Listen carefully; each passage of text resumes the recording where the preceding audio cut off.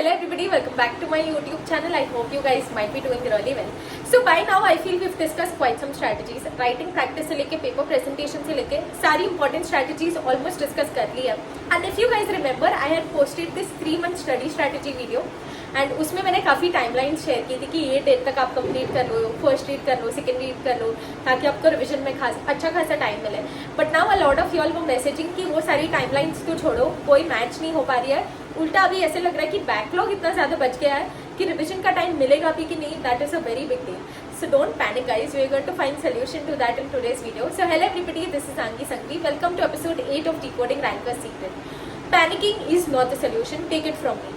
ये मैं इसीलिए बोल रही हूँ, जब तक यहाँ से आप पैनिक करोगे ना कुछ नहीं सूझेगा. And now your time is about execution rather than stressing over ये नहीं हुआ वो नहीं हुआ. So in this video we are going to discuss the strategies which we can ideally try to implement in the last 1 month, जिससे हमारा score improve हो सकता है. So do watch the entire video till the end. Without any further ado, we'll start the video. In case if you are new to my channel, do subscribe to my channel and hit the bell icon to never miss any update.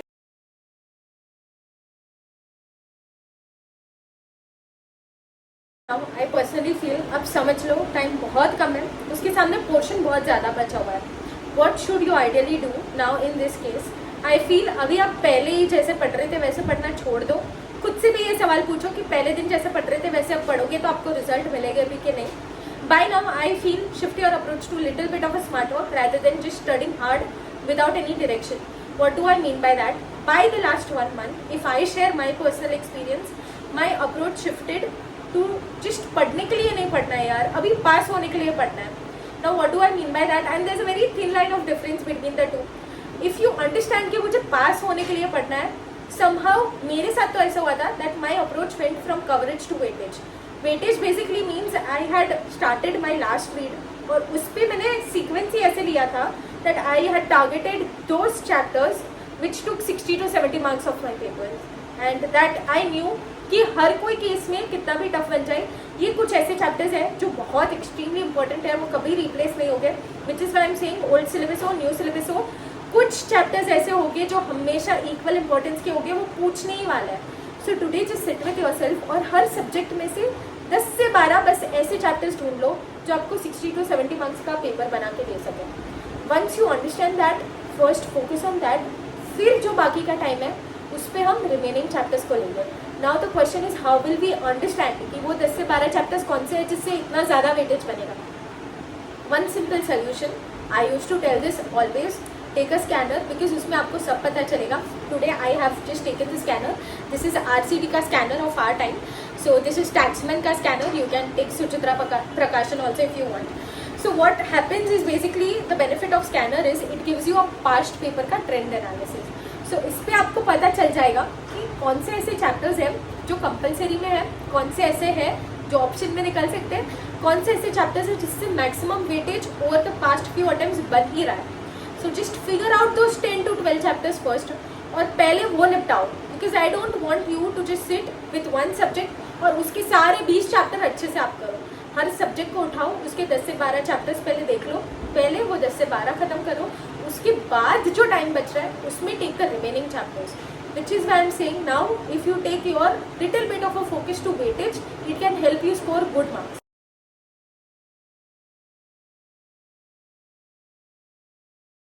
When I say it's practically possible, I'll just show you a timeline.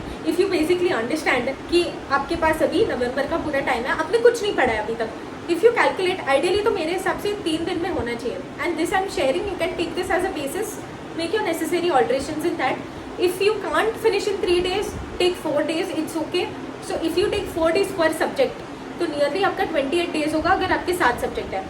सो आपका पूरा नवंबर उसमें चला गया, उसमें 2 दिन है जो extra वो बफर ले लो, जो भी बाकी है कंप्लीट कर लो.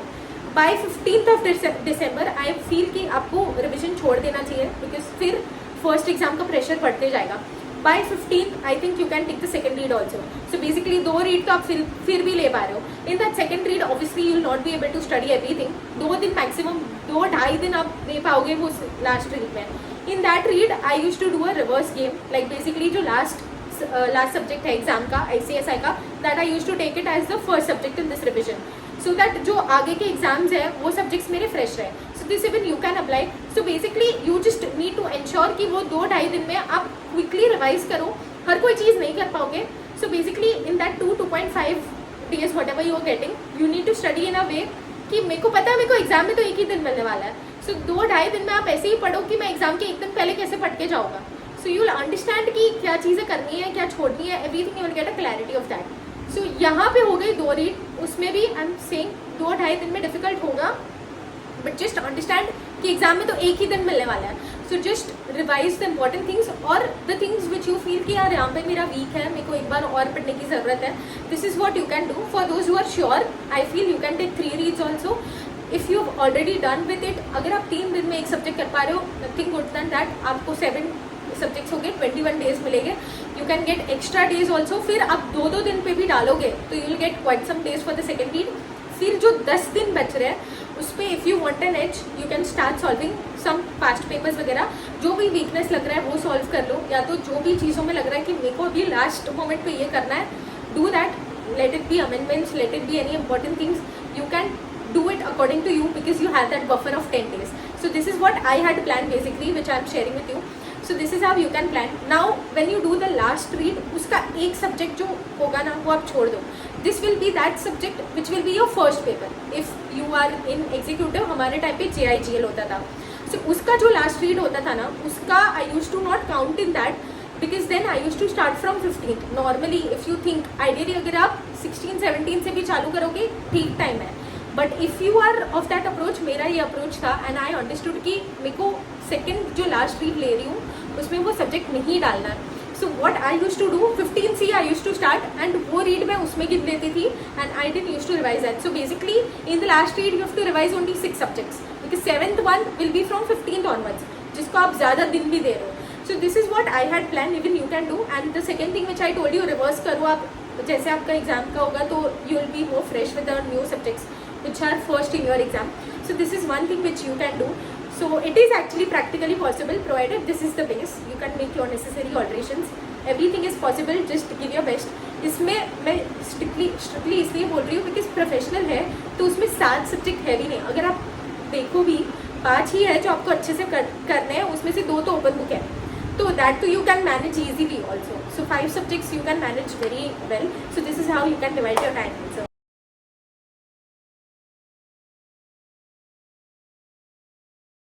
One thing I just don't want you guys to miss in any case. पढ़ते रह जाओगे उसमें ध्यान नहीं रहेगा, but I just want you to remember one thing कि एटलीस्ट जो भी अमेंडमेंट्स और सप्लीमेंट्स आ रहे हैं, keep an eye on that and just read that at least once और twice because I am telling you बहुत इंपॉर्टेंट है. अभी आप पूछोगे कितने अटेम्प्ट के पढ़ने हैं, दिस अटेम्प्ट का without saying you have to rate it very nicely.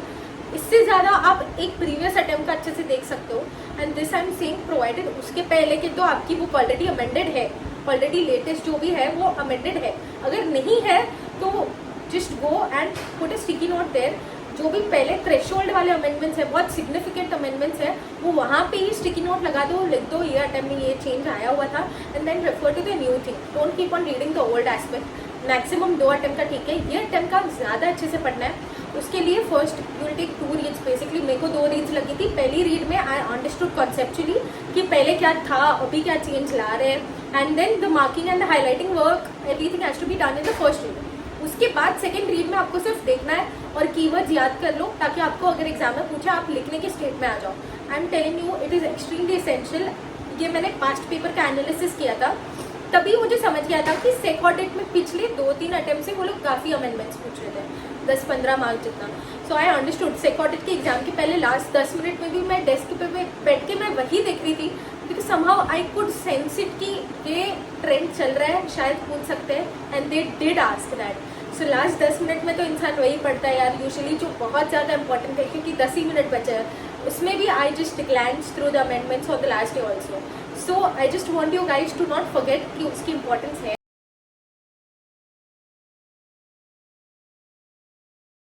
One thing for those who are of that thought कि मेरा अभी सब कुछ पढ़ के हो गया, मेरा बहुत सही ट्रैक पे चल रहा है, मेरे को रैंक लानी है, स्कोर लाना है, whatever. I just feel by now just give 1 test और 1 प्रीलिम्स एटलीस्ट, ताकि आप समझ सको कि आपको जो एक्चुअली लग रहा है वो रियली में आप वहाँ पे स्टैंड करते भी हो कि नहीं. जिसको भी ओवर कॉन्फिडेंस हो रहा है, मैं बोल रही हूँ एक टेस्ट पेपर दो, आपका सारा कॉन्फिडेंस पता चल जाएगा. This is extremely important, not just because you will understand कि ये सब्जेक्ट में यहाँ पे मेरी कमी छूट रही है, ये चैप्टर वीक है, ये स्ट्रॉन्ग है. You will just not understand that. You will mentally train yourself because see understand we don't have holidays in our exams. एक या दो एग्जाम बीच में खराब गए, that does not mean you just remove your mood कि मेरे को अभी आगे का एग्जाम देना ही नहीं है. You need to mentally train your mind because नहीं है छुट्टी. ये चीज़ आप डायरेक्टली एग्जाम में करोगे उससे बेहतर है ना कि हम एक बार घर पे ये प्रैक्टिस कर ले. And I had written this prelims, which is why I am saying this in the same format. ICSI जैसे रखता है same format, 2 to 5 का पेपर है तो same 2 to 5 in the same sequence of papers. Everything was same. बीच में बस जो एक छुट्टी मिलती है 25 दिसंबर का, I had used that same sequence entirely. And I actually understood कि यार मैं सोच रही हूँ मेरे को इतना कवरेज चाहिए, बट एक दिन बिना छुट्टी में I had somewhere prepared myself कि इतनी ही चीज़ें देखने का टाइम मिलेगा तो तू मार्क करके रख पहले ही.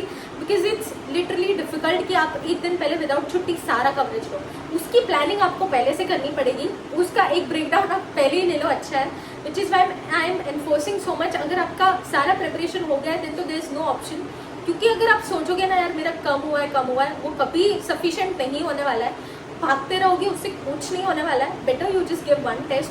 And this I am saying for those who are somewhere least certain also कि मेरा पोर्शन हुआ है नहीं हुआ है. This will mentally also train your mind a lot कि एक्चुअली मुझे इम्प्लीमेंट क्या करना है. एक दिन पहले ऐसे ही बुक बैठ के पढ़ते रहना है, वैसे नहीं करना है.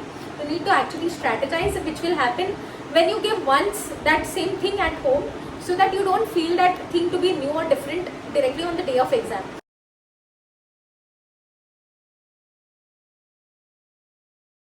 Which I feel अभी के लिए इग्नोर कर लो is something which you have not read only. This basically I am saying for practical subjects. आप क्यों उस चीज़ में से पढ़ रहे हो जिसका सोल्यूशन भी नहीं है आपके पास. You referring from some faculty books जिसमें सिर्फ क्वेश्चन दिया है, सोल्यूशन कहीं और है, मिल नहीं रहा है. आप बैठ के पूरा दिन उसमें लगा रहे हो. अरे is there any point? Just think for once. कितना चांस है इतनी बड़ी बुक में से वो एक सम जो आपको नहीं आ रहा है वो पूछने का. So for now if you just do that, just train your self कि अभी जो पढ़ा है उसको अच्छे से पढ़ना है. नई चीज़ें एटलीस्ट प्रैक्टिकल में नहीं करनी है. जो सम्स पढ़े हैं वही पढ़ना है. यू वांट, अगर आपको इतना शौक है तो आप इलस्ट्रेशंस देख लो इंस्टीट्यूट के, but stop for now. At least if you have 1 month नई चीज़ों में मत जाओ प्रैक्टिकल में. And even if you go ensure that you have a solution of that in your hand. ऐसे ही आप पढ़ रहे हो उसका कोई सेंस भी है क्या?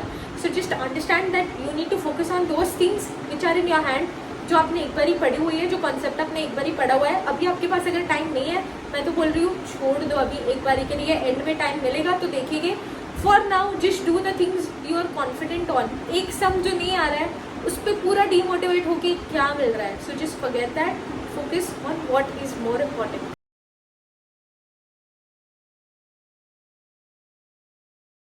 Now that I've told you that start focusing on weightage more. This is for those जिनका पढ़ के हो चुका है, जिनको कहीं ना कहीं रैंक लानी है, अच्छा स्कोर लाना है, whatsoever is the thought.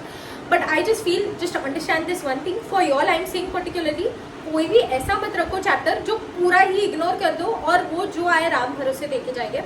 According to me, if you thought कि मुझे एक रैंक चाहिए, अच्छा स्कोर चाहिए, कोई भी चैप्टर पूरा मत छोड़ो. Even the boring chapters, start doing the reverse strategy which I used to do. Module से अगर पढ़ने को नहीं हो रहा है, स्टार्ट फोकसिंग ऑन स्कैनर. उसके सारे क्वेश्चन आंसर्स करोगे, nearly 80% of your module will be covered in that. उसके बाद जो बचा कुछ 20% है वो बस ग्लैंस कर लो, मॉड्यूल से आपका काम हो जाएगा. Because this analysis I did. If you want a rank ना, समवेयर आई अंडरस्टूड कि आप कितना मर्जी भी कर लो, हर अटेम्प्ट में 5 मार्क का हर चैप्टर में से कहीं ना कहीं से वो पूछ ही रहे. Surprise. Majorly chapter of 60-70 marks is sorted, but ये जो एक्स्ट्रा एज है ना, उसके लिए I feel if you take more coverage it will be better for you if you are planning to get a rank. So this is one thing I personally feel. हर chapter में से 5 mark की average बनती है normally, which is why I feel कि if you studied everything, आपके पास time बचा हुआ है. इफ़ यू फील कि बहुत बोरिंग है तो पढ़ना ही नहीं है, just do the reverse strategy. देख लो कि स्कैनर में क्या क्वेश्चन है, देख लो पास्ट पेपर में क्या क्वेश्चन है, उससे nearly 80% will be covered. Those boring chapters will also be covered, so you have an extra edge over others. So this is one thing which you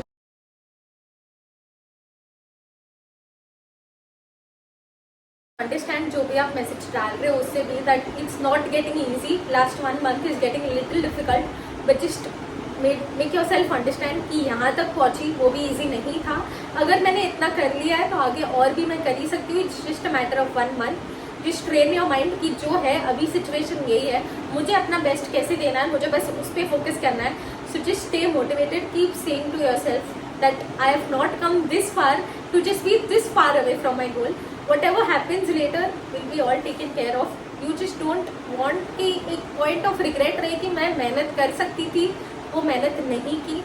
Forget everything else. Just focus on doing your best. Think of the sacrifices your parents have made. Think of the sacrifices you have personally made to come this far. So just focus on what you can do now. Don't focus on anything else. Do your best. God will take care of the rest. Until then, just study well. If you have any other video suggestions, you can mention in the comments. You can also connect with me on Instagram if you have any other doubts. Until then, study well. I'll soon see you with another video. Bye-bye.